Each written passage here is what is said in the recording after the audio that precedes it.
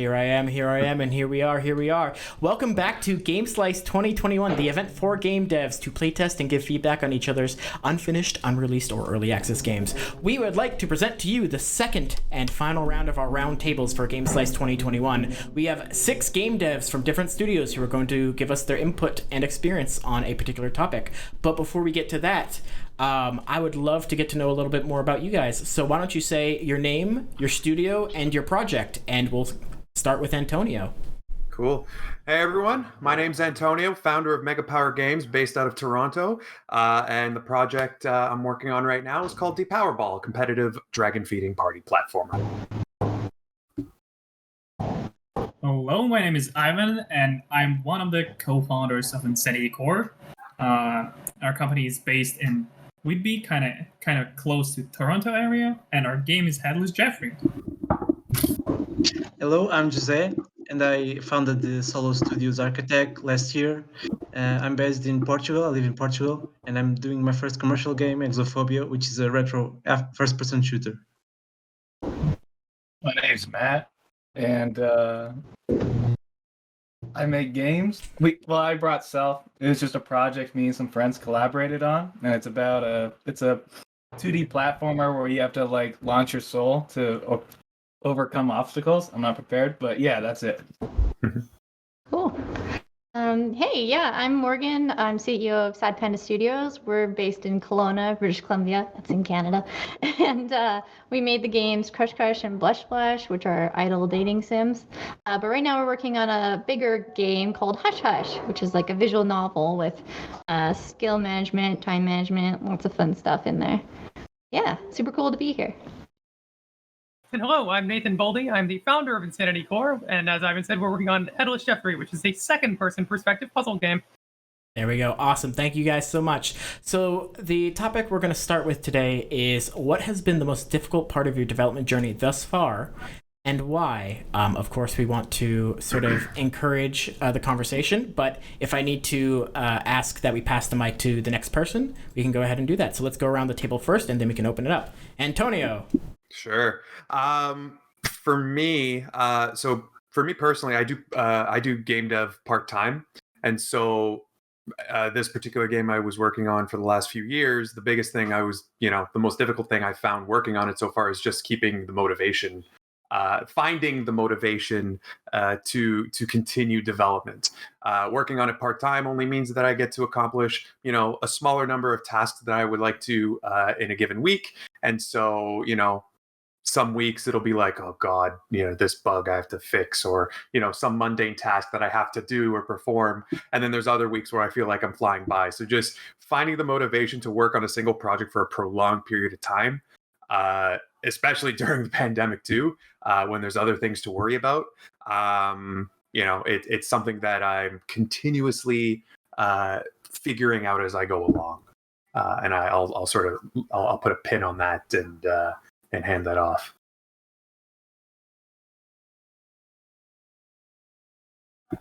Well, it's certainly an understandable experience. So with any project, you get really motivated and you want to do great things and you want people to experience it and you want to just, you want people to play your game. And you need to feel a certain sense of pride in your own work. And when you're stuck dealing with other allegations in life and you need to put time away from the project and you really want to be just refining those features, sometimes it's not a possibility, and you need to learn to work with that. Mm-hmm. Especially during concepting phases, I find is the largest time that we know that we need to do our concepting, or we won't get the best result. In taking time to do concepting at the same time, you also feel like you're getting nothing done, despite it being very productive time. Yeah. Going in reverse order. Nathan, what has been sort of the most challenging thing for you? Is that the concepting? Is that the motivation, as Antonio said, or is there some other element? The most challenging thing is typically our projects start off as game jams, which you have a wonderful 48-hour burst of development, and at the end of 48 hours, you have a playable game. It's playable. And then you go to work on it further, and you spend months refining this 48-hour game loop and figuring out how to finish it off as an actual game, and determining at what point you want to cut that off, how you want to approach marketing. Marketing is always brutal. That's my least favorite part of game development. It's just, the whole scope creep argument, right? That's a very prevalent issue that many developers face. Morgan? I was going to say the exact same thing. Like, it's cool that you started talking about game jams because that's a great way to just rapid prototype and find the fun. But it's so easy to get caught in that trap of scope creep. And, my background is art. And so I always want to polish it and make it look pretty. And it can be really hard pulling back on the scope because, you just got to get it out and get people playing it. So, yeah, one of the most difficult parts is definitely knowing when to just cut it and put it out there for people to play with. You can just keep polishing it, but you got to release it sometime. And to piggyback off of that, the game jams. When you show people a game jam, they have an expectation that it's going to be a buggy mess. And when it's not a buggy mess, they're really impressed. But the second you take it from a game jam and you say, yeah, I've been working on this for 3 months, you feel like there's a really heavy standard on it because it's not something you did in 48 hours. It's something you actually put effort into. And I think fear of what people will think of the product that you actually spent time on compared to the game jam is major proponents in that. Mm-hmm. Yeah, and I think we're losing platforms that are really they embrace rough prototypes. Like Congregate was an amazing platform. It's still there, but back in its heyday, you could release an idle game with just programmer art, and people would be like, "Yeah, this is sweet. I love it. I understand where you're going with it." And I just don't know if we have anything like that nowadays. I would argue Itch would be. Itch would be the closest. Itch would probably be the closest thing we have right now. And it's growing. So there's also Newgrounds. They kind of gain back their popularity again. So you can also go there. Matthew. Friday Night Funkin'. Friday Night Funkin', that's right. Mr. Hobbs, as our resident sort of, well, maybe not resident, maybe everyone else has a very deep Itch experience, but I know that you do most, if not all of your development with Itch. Do you want to talk a little bit about Itch, maybe? Oh, yeah, man. I do Itch and Newgrounds. So, you guys were talking about that, and I started off in Newgrounds, and I think, if you make HTML5 games, that's the place to be. You'll get, if you get it's a very, hit or miss thing, because it's either you get front paged or you don't. But if you get front paged on Newgrounds, you will get, a couple thousand plays.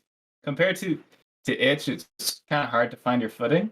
But yeah, I've done a ton of HTML5 stuff. That's primarily what I do, because I can't stick to a concept, and I learned how to be okay with that, so I make a bunch of small prototypes, and that's about it.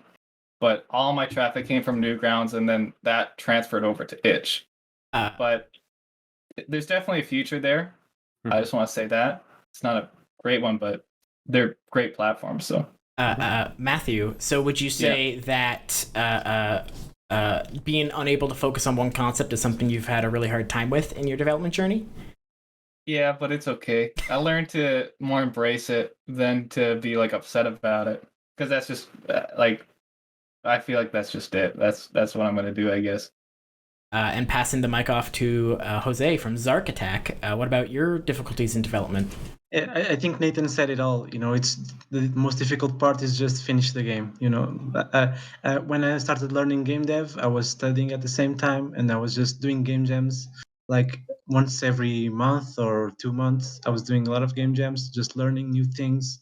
I took game jams to learn a new thing on the engine, and it was fun. It was something that I looked forward to. Okay, I'm going to build a game. I'm going to get a team and build a game and then release it, and people will play it and they'll enjoy it, and then it closes off.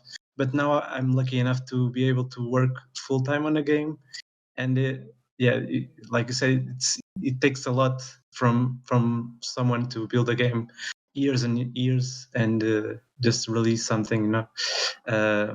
It's a different process, So I was not ready for that when doing game jams. It was just a short cycle, and now it's just a long cycle that it brings a lot of new difficulties. Ivan, would you like to compliment the things, maybe not literally compliment, don't say, Nathan, you're great. Is there anything you'd like to add to your partners? Great accent. There you go. No, well, honestly, I think Nathan said most of it, but essentially, there are, to my understanding, there are 2 types of difficulties that can come based on what kind of development process you have. If you're a solo game dev, then usually it's mostly about juggling around with everything, and the there is marketing, there is like art, there is programming, and you have to know everything, and then you have to do everything, and you cannot like kind of be specialized in something, and you constantly being spread out. In our team, we have like 6 people, so we kind of evenly spread out. But at the same time, that creates another layer of potential difficulties, which we were able to avoid. Mostly because, like, from the beginning, when we decided to work on projects, we decided to be completely honest and kind of have more integrity at the core of our team. So we always communicate all the troubles that we have.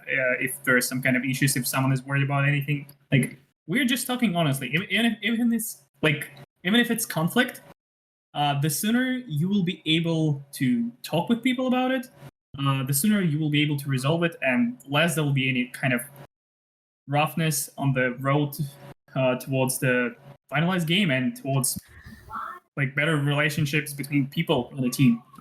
Just like it's like a big family, essentially. Before we move on to sort of the follow-up topic from that, I'm kind of curious, how long has everyone here been in game development? Let's start with Morgan and then move over to Matt and circle around that way.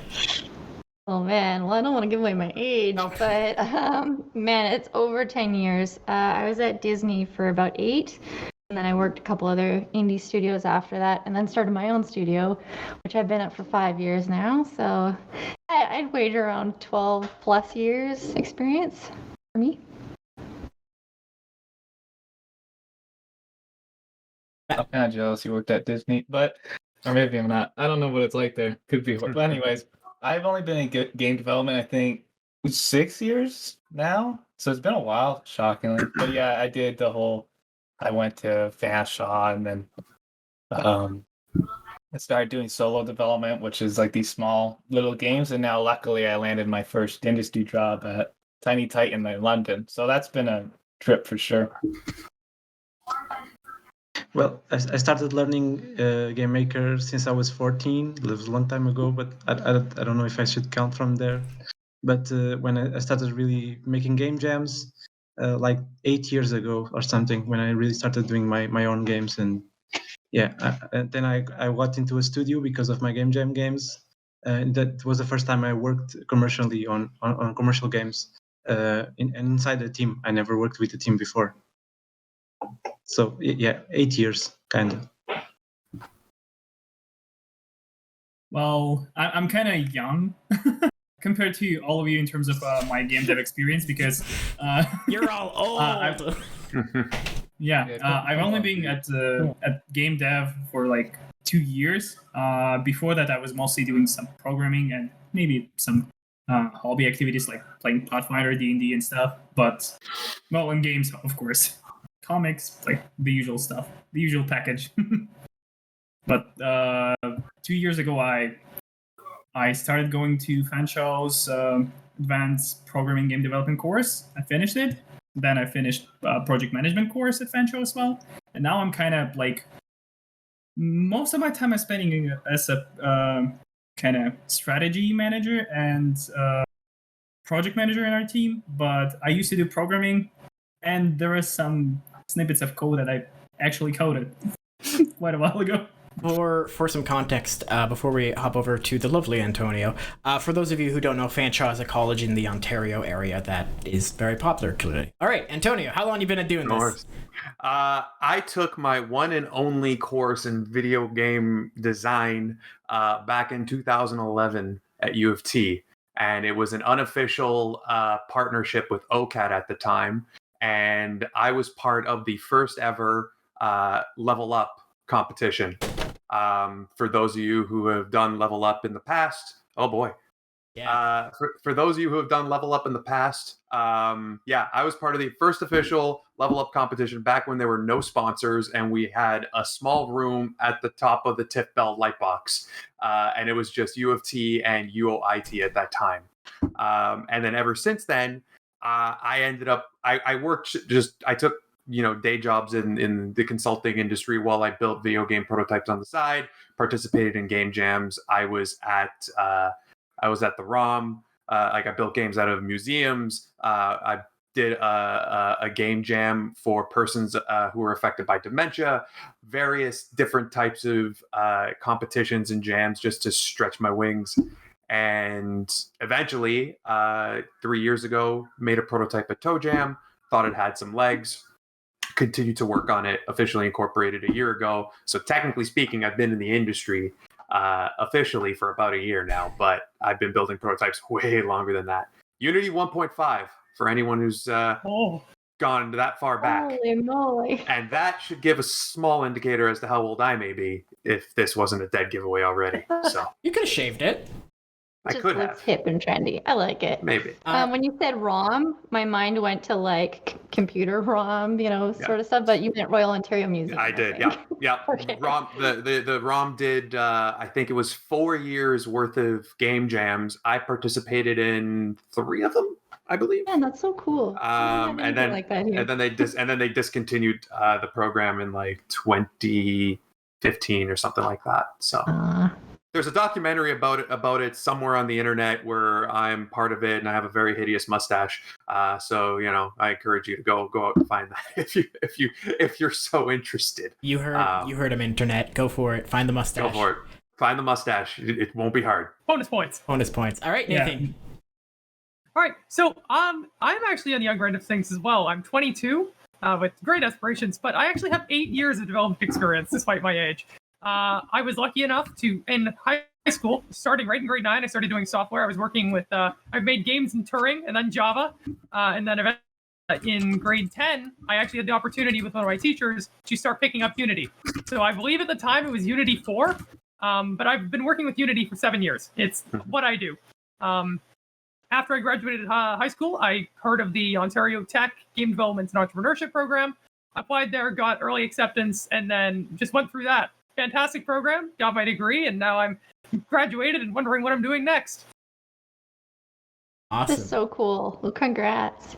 Curious, do we all use Unity for our games? Game Maker here. Game Maker. Oh, Game Maker. Game maker. Nice. Hey, a friend of mine uses props. Game Maker It's as very well. cool. It's good. It's a decent engine. Yeah. So we're gonna open this one up to the table. So whoever wants to grab this one and go, they're welcome to. And if you want to jump in, go for it. If you find like you don't want to be rude and interrupt, you can just raise your hand and I'll throw the mic off to you. This is a question we've been asking in interviews, and it's gotten such great responses that we're going to use it here. What is a lesson you guys wished you learned sooner in game development? All right, Morgan, go for it. Oh man, don't feed the trolls is mine. Because when we first put our own game out there, we were very eager to read all the feedback, and it's tough because you don't have anyone telling you like don't take it personally, don't internalize it, don't respond. But it's so tempting because you want to explain like why the game works this way and kind of fight back, but it's never worth it. Don't feed the trolls is something I wish I had learned sooner. But all feedback is great. I mean, the worst thing you can have for your game is no feedback. So if there's some people who are a little more vocal and grumpy, that's great. That means they care about it to tell you. So yeah, that's my 2 cents.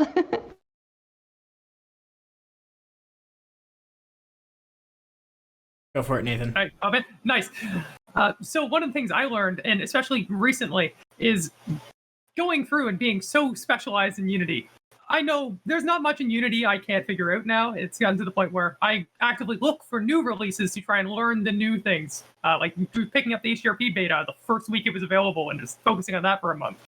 But what I've realized is now that I'm graduating and trying to find jobs, not having experience in both Unreal and Unity is really shooting me in the foot. So although it's great for personal projects being so specialized, when you're trying to get out there for the first time, it's very difficult to do that when you don't have as much Unreal experience.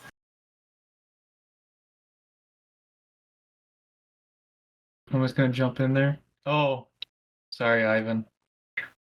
You can go if you want. Okay, thanks, brother. I'd probably say, I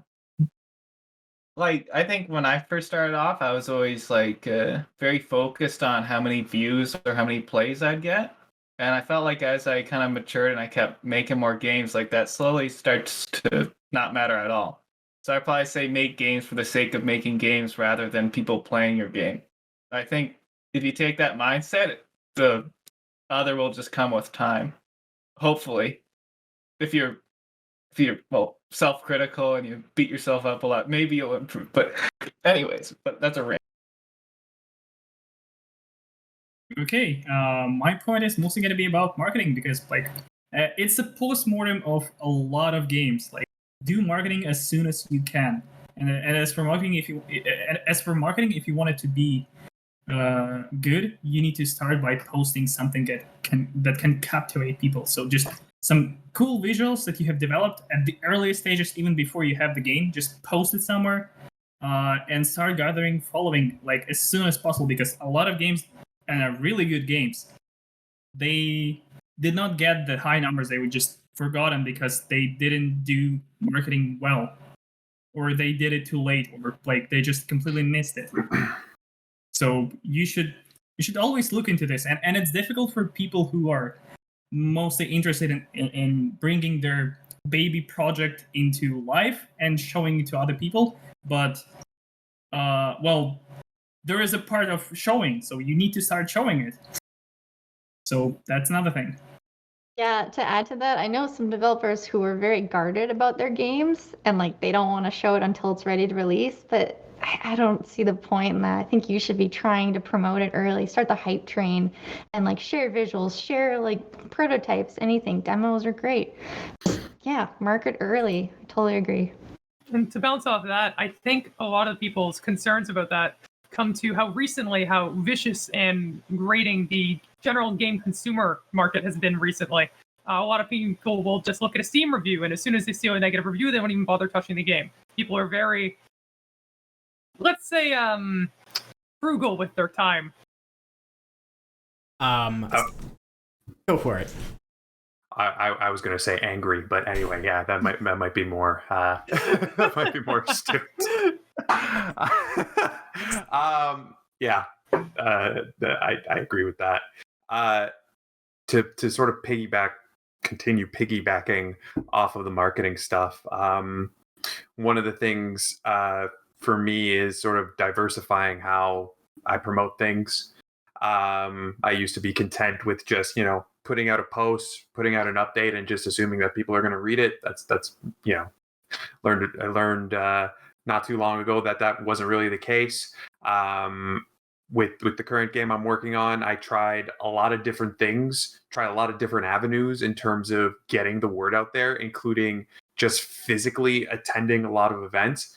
Like realistically, like I am producing this game. I have help in terms of people who help with the art and the music and stuff like that, and some very good friends who help me at events with promotion. But they can't always be there all the time. So the onus is on me to sort of put myself out there and go to game dev events, go to Twitch meetups back when the pandemic wasn't a thing. Because like you never know what kind of audience your game could fall into, and I found that the Twitch meetup stuff, especially certain streamers, Event Crew represent. What's up T? The like streamers especially, they have a very different perspective than other game devs would, or other or potential customers would. So the idea of just diversifying the feedback that you could get, and sort of the more diversified feedback you can get, the better idea you have of which direction you really want to take your game in. Absolutely. So that's what I would like, to sum that up, diversify the feedback that you receive. It's a lot harder now because we're in a pandemic and in-person events aren't going on necessarily, but when in-person events start ramping up again, you bet your keisters you'll see me out there again promoting and doing what I love to do. Very cool. It can be hard getting your game in hands of influencers, though, and I know there's actually a lot of services that are quite predatory with that. So yes. my 2 cents is don't waste money. Like trying to buy people to play your game, like. That'd be a secondary thing I would agree on too. Yeah, don't waste your money. Yeah. There's a lot of free resources out there. Yeah, and once it is published, if it's on something like Steam, you could do like an early access type thing, you can send it to curators and you can send free copies to people, and they'll usually give you a positive review because, hey, free game, sweet. Of course, I'll give it 5 out of 5. So there's lots of avenues for that, but definitely like networking and spreading the word online and in person is fantastic. Yep. And with that in mind, as far as playtesters and getting more people involved, Morgan, if you have some game devs who might benefit from getting their games tested, maybe invite them to GameSlice next year. I totally will. Absolutely. Awesome. Thank you. And I'm going to pass the mic over to Zarc. I'm going to look this way, so I'm looking actually at him. What is something you wish you'd learned sooner?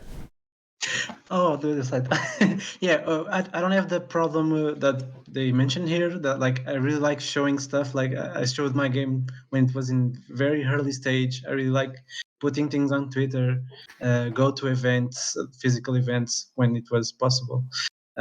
We also have a very strong community, game dev community here in Portugal, at least in Lisbon area, and we used to gather around almost every month and play test each other's games. So that was really cool. So if I had to say something that for me, I wish I'd learned sooner, maybe like the real cost of making a game, like it's not only the monetary cost, but also the time it takes, because I was used to make game jam games and I just made the game fun and that was it. But now I have to worry about all the accessibility options, localizations, all of that, a lot of back-end stuff that it's really necessary, and I was not expecting with that, and it caught me by surprise. So there's a lot of hidden costs in a lot of in a game, in a commercial game, Yeah. We have. Go ahead. I think one of the most, let's say, evident yet not necessarily discussed as much as should be true costs of game development is typically the mental health associated with it.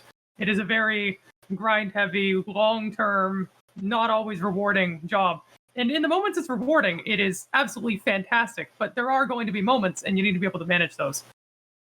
I feel like it's 90-10 in terms of bad moments versus good moments. It heavily skews toward that. So yeah, I agree. Take breaks as often as you can. And don't dwell on things that go wrong. Like even AAA studios have things go wrong. I mean, all the time.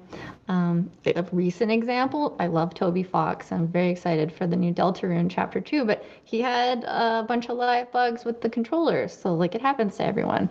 And we just gotta take a breath, step back, and be like, it's not the end of the world. We'll patch it in. Yeah, I'm excited to play it on the Switch. It was just got announced there. But that's a really important point, especially for a solo dev like me. Take breaks, and because you'll have a lot on your shoulders, so it's really important you are giving your 100% all the time. Is that you reminding yourself? Yes. What? Is that you reminding yourself to take breaks? He's reminding himself now. I'm giving. It's one of the advices. There you go. Yeah. This counts as a break, I think. This is our break, right? I sure hope so. Ivan. It takes my mind off the game, so it's cool. Ivan, go for it. Yeah. One more thing that I wanted to add on to is essentially whenever you're planning to develop a game, usually you kind of assume that the last 10% will be like an easy thing, you'll do it quickly, but last 10% are usually an extra 90% work. So whenever you plan for something, take that into account as well. So just like weight loss. Localization, like implementing Steam cards, like all of those things that you think, oh, it's a quick thing. It's not. We have a very specific question. Oh, go for it, Morgan. I was just going to chime in because I've heard it twice now. Localization was something you both mentioned. And if it's a stressful cost burden you're talking about, there's actually a really good service called Crowdin, where you can crowdsource players and people, and they'll translate it, just to get experience. Nice. And you should definitely give them credits in your game because it's their time they're putting in. But there's services out there, and they're really cool. So just thought I'd What was that called? Crowdin? Crowdin, like spelled crowd and an IN. Cool. Yeah. I'll note that. All right, there you go. Someone write it down. We have a specific question from Twitch, I believe. they're asking how, in your experiences, how well has social media marketing worked? Have you had success via? Listen, have you had success via Facebook ads or the like? Get your mind out of the gutter. No, Matt, spare me. My kind of game. All right, have you had success via Facebook ads and the like? All right, disappear me. My face is gonna turn red. That's perfect. Yeah, I think my experience with social media was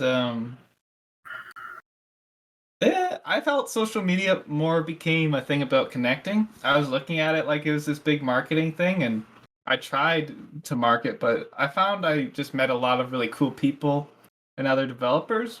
And as a solo developer who's just making web games by himself all the time, it was super nice to have other people who are in the same boat. Yeah. But kind of works because you do get the analytics, but for what I do, not a huge difference in traffic.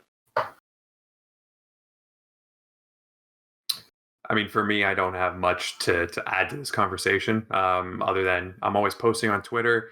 Certain tweets do better than others, depending on time of day and stuff like that. You know, there's some engagement there, but you know, it's really just consistency for me.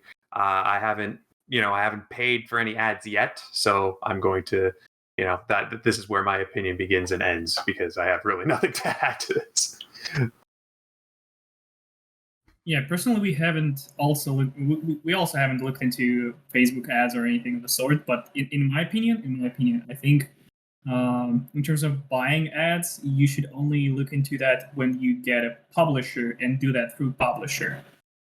Like you can pretty much do marketing on your own, but you need to be consistent in it, like Antonio said. I saw Morgan's hand raised. Yeah, I just haven't had much luck. I've done the Reddit ads and Facebook ads, and I don't think it really does too much. I don't know if it's just the nature of the game and they're advertising it to the wrong markets or demos. Not sure. But I mean, there are really good Twitter hashtags like Screenshot Saturday. So you can always, post updates of your game there and hope that someone will notice it. You might get a couple new fans. For me, social media is just a way to connect with players. I don't know. I mean, you hope that you're going to get on the front page of Reddit, but you can't plan to do that. It just happens organically. Yeah. Yeah. Yeah, I leave the paid marketing stuff to my publisher. So yeah, I do the free stuff Like Game Slice. There you go. Like Game Slice, there we go. Yeah. We like to keep it free, and we'll hope to keep it free as long as we possibly can. Moving. I saw Nathan's hand up. Go for it. So personally, I'm very on the fence about social medias. The only ones I even use is Discord and Reddit. I know I should be marketing, but it's not because of wanting to communicate with people on that platform. I think if you're putting yourself out on Facebook, Twitter, it's kind of like a fake persona, and I don't endorse that. I love doing stuff like this where I can talk on a stream with real people, have real conversations. If I could market this way, I would all the time. Just putting posts with no real meaning behind them and just throwing them up line, it doesn't sit right with me. It's tough too, because if you're an indie dev or solo dev like me, you can be a basement dweller, and so going on social media to be like, hey, look at this, can be very against your own nature. You almost need a marketing person to do that, but that's expensive. Well, let me say thank you for coming on camera and talking with all of us, Morgan. I will say social media exhausts me as well, so I do empathize with that 100%. Unless anyone wants to sort of roll off of that and continue, we do have another topic we could touch on, and I'm very excited to hear what everyone has to say about it. So, all right. Seems like we're good to go. What kind of ideas have made the best games in your experience? Whether that's personal stories, shared feelings, referencing your favorite media. And you know what? I'm going to hand this off to, I think, Nathan, because I see him with a big smile. Okay, so I have two categories for this. One, what makes a fun game quickly, and two, being what makes a lot of the time are masterpieces that I would label. Things like Spiritfarer are fantastic examples of just really driven story games that have a lot of developer connection. you can't fake that. For those who don't know, Spiritfarer is a game that the entire story, every single member of the cast is based upon a past relative or friend of one of the developers. And the entire story is about letting go of that and moving on. It's an absolutely touching game. You can't fake that.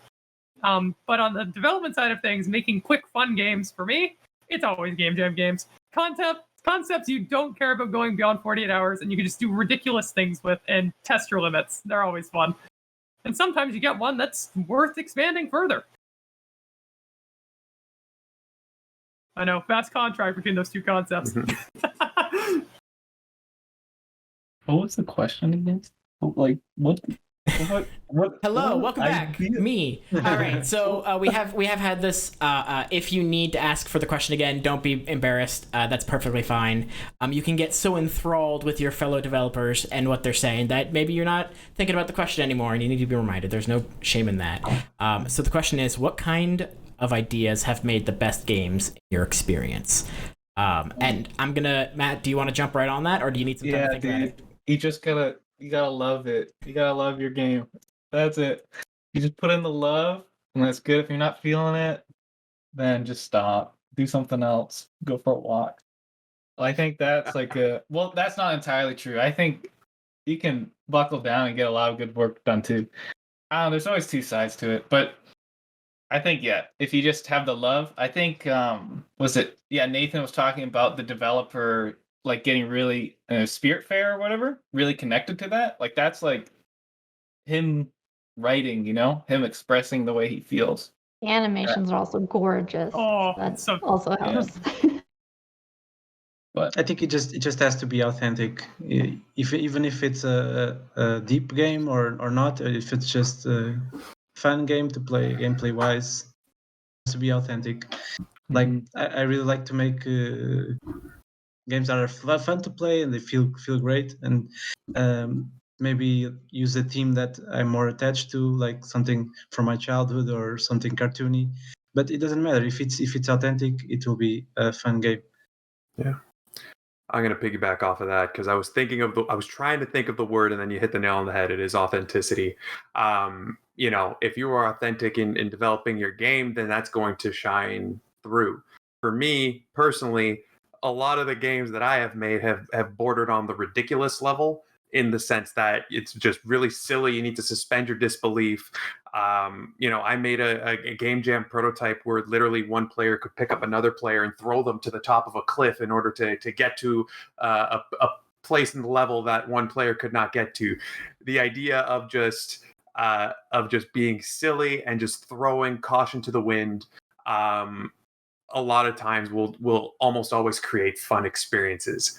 I will second the authenticity, and I will add as well, just be ridiculous and be crazy. I see a hand. Go for it, Morgan. All right, bring me back. Sorry, I don't want to overstep. But I kind of interpreted it two different ways. So the question was, what kind of ideas have made the best games? I could interpret that as like games I've enjoyed, but also games I make. So I'll start with the first, if that's cool. I definitely gravitate towards like story and art. And I know there's this magical triforce of games that work. You can have art and story, or art and gameplay. Like you can have two of the three, but art, story, and gameplay are the three core things. So maybe the art's not great, but the gameplay and the story are great. Like there's all these different combinations, and looking at the kinds of games I like, it's always art and story. So that's just my personal, like, what I like.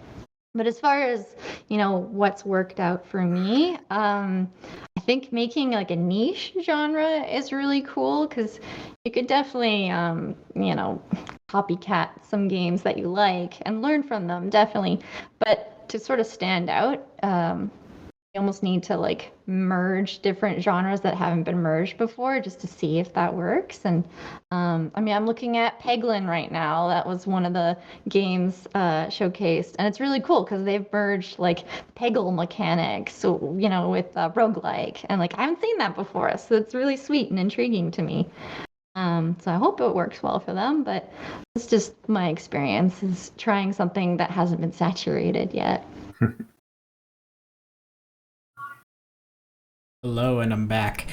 So something I would love to ask everyone here, because we are getting closer to the time. We're not quite there yet, but I think we can get at least one more round through. If you could say one thing, or wave a magic wand and make gamers, the people who purchase the games, understand about game development, what would it be you'd want them to understand? And I'm gonna start off with Ivan. Well, probably the fact that even though you have a great idea, and if you think this idea is simple, going with this idea through beginning to the end, like from creating a concept, creating a game, publishing it, working like with all the social media and going out there, like it's an extremely ginormous amount of things that you would have to do in order to achieve this, because a lot of people think like, oh, I have a great idea, and like it's so easy to implement, and why nobody has ever done so, and like because it's difficult to go the full path from beginning to the end. It's easy to start, but it's not easy to finish. So maybe this. And we'll go in the direction for Zarc Attack. What is something you wish gamers or the purchasers understood? This is a trick question. I don't really know, but because, yeah, like you said, like Ivan said, gamers don't really appreciate the work that is. They don't appreciate, but they don't know the work that is behind the games. But I don't think that's something that should change, because gamers only look at the final product and they like it or not, and yeah, that will always be the case. But maybe make them realize that there's room for a lot of games. Not all games have to be the same, and even if the game doesn't look like something that they don't like, they just move on and don't criticize the game for something small, I guess. All right, I'll let Matthew go, and we'll go around in that direction. I remember I did an internship as soon as I got out of school, and he told me something that was really interesting, and it was just I think there's just a problem that's with games where it's the fact that we're purchasing something, and a game can cause stress. Like if I'm not having fun with the game, it's going to personally stress me out, and I'm not gonna enjoy it. Because there's this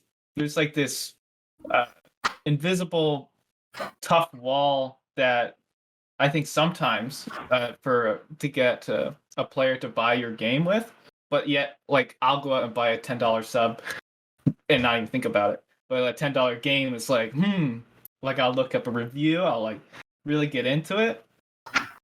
I think it's just like look at the price and like look at the other stupid things you buy, and then it's not that bad. It's not that bad if you spend $5 on a game that's kind of bad. But I don't know. That's just my 2 cents, I think. What about scary games? Those make you feel stressed.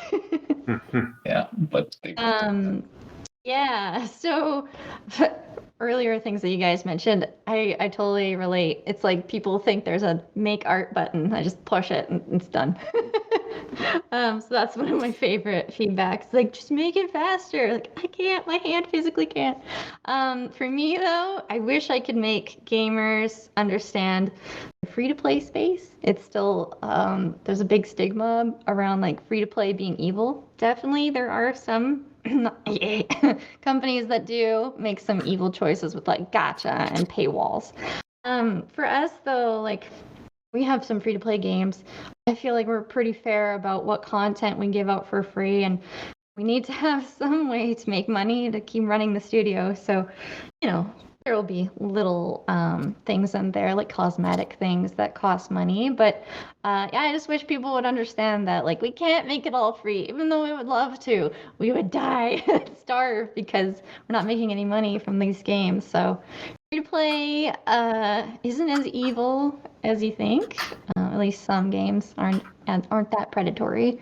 And so if you're enjoying a game and you're putting like at least 10 hours in, maybe consider how another game that you've put 10 hours into may have cost like $5. And so it's like, oh, I enjoyed this. I'll throw the developers $5. And that helps them improve the game and put it back into the game you're enjoying. So yeah. And I guess for me, if I had to give some advice to gamers and just like a call for help, really, it's just there are multiple platforms where you can find games, and a lot of us smaller studios that are just getting into it, we post on things like itch.io, we go to Newgrounds, we go to all these different places. But the problem is, and even as a player, I understand this, when you're looking for games, I can't recall the last time I personally went to any of those sites looking for a game, because everyone's so used to using existing platforms like Steam, and even going to something that's also big market, even going from Steam to Epic is enough of a jump for a lot of players to say, I just won't play games on Epic.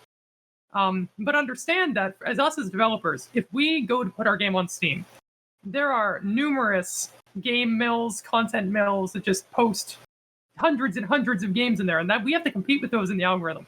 Versus on itch, we're generally speaking with other people that have put time and personal effort and thought and care into their games on those platforms, and we just don't have the ability to get the audience we really need. My answer is going to be more centered around effort, especially with the trends that we've been seeing of game devs just getting it from gamers all the time. I like to use an analogy for this. Basically, think of an iceberg.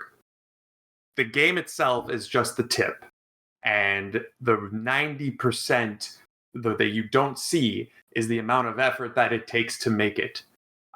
There is a considerable amount of effort that is needed to create any game of any size, proportional to the size of the game itself, or how good it looks, or how robust it plays. It is insane how much work goes into making a game. I'm sure everyone else here would agree, and I think the understanding of that would potentially change how gamers would actually interact with dev studios anytime that there may be a problem, or if or if they have any concerns or compliments about a game. I think it was Morgan who was like, make go faster. Well, doesn't necessarily. It takes a while to make it go faster. So be patient, and yeah.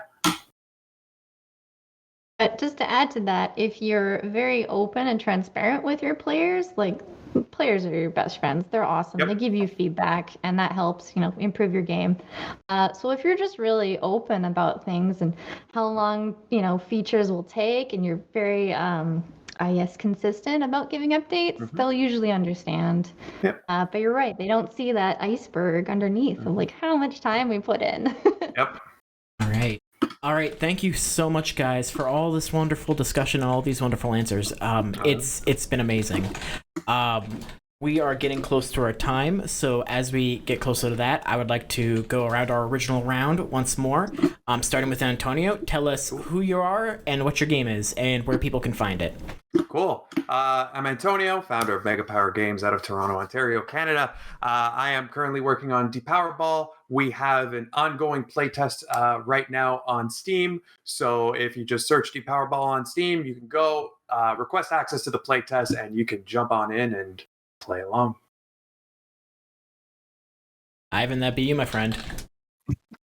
Okay, so my name is Ivan. I'm one of the founders of Corr, and right now we're working on development of our game called Headless Jeffrey. It's the game where you play through the eyes of Jeffrey's detached head. He's a robot, and you're trying to navigate him through a collection of puzzles to let him grab his head and leave the factory. Where can people find that? You can find it on our website, on our social media. All of our social media is posted on the website. Essentially, you can check all of this in our channel in GamesLive. Zarc Attack. All right, so I'm José Garçonheira, and I created the solo studio Zarc Attack, which is the studio I created for my games, and I'm developing my first commercial game, which is Exophobia, which is a retro FPS mixed with some Metroidvania elements and exploration. It's this thing right here. I have this gun from the game, like so. So you can find the game on Steam right now. So if you can give it a wish list, I would be very happy. It's called Exophobia. You can search it, and if you go to zarcatech.com, you can see the links to all the social media and stuff if you want to follow for more updates. Thank you. Matt, are you muted? There we go. No, I'm here. Sorry. I just think before I speak sometimes. My name's Matthew Hobbs, and I'm a solo developer. And for Game Slice, I brought Self. You can check it out on itch.io. You can search Self, and hopefully it'll be the top one. So it won't be that hard of a find. But yeah, check it out. Leave a comment. Let me know what you think. Appreciate you guys. Also, Eric, you're amazing. Anyways, I'm muting. Morgan. Eric is amazing. Thank you for hosting us. Yes, I'm Morgan from Sad Panda Studios. We're working on Hush Hush, which is a visual novel with a dark twist. And you can check it out on Steam right now, so go wishlist it. And there's a lovely trailer up there. So hopefully by the beginning of next year, the whole thing will be out. But yeah, thanks so much for having me. All right, Nathan, you guys get a second round, so make it count. Second round. All right. Well, I'm Nathan Boldy from Sanity Corr Limited. We are working on Headless Jeffrey, a second-person perspective puzzle game made in Unity high-definition render pipeline. And we can be found at insanitycorr.com, and we'll be on Steam shortly. Alrighty, so we're going to wrap things up there. Thank you once again, everyone, for joining us. This has been amazing to have you all out. And if you feel like it and any of our audience members would like to stick around in Discord, there are some free rooms that you could hop into if you want to do some more chatting. For now, up next at 8 p.m., we have a pre-recorded segment from Courtney Gray from Ubisoft Toronto, followed by a Q&A. Courtney will be talking about the quality assurance process, which is a very important process in game development, as you all know. Follow that at 9 p.m. segment. We'll be announcing the Industry Choice Awards, so stay tuned for that, and we'll see you in a few minutes.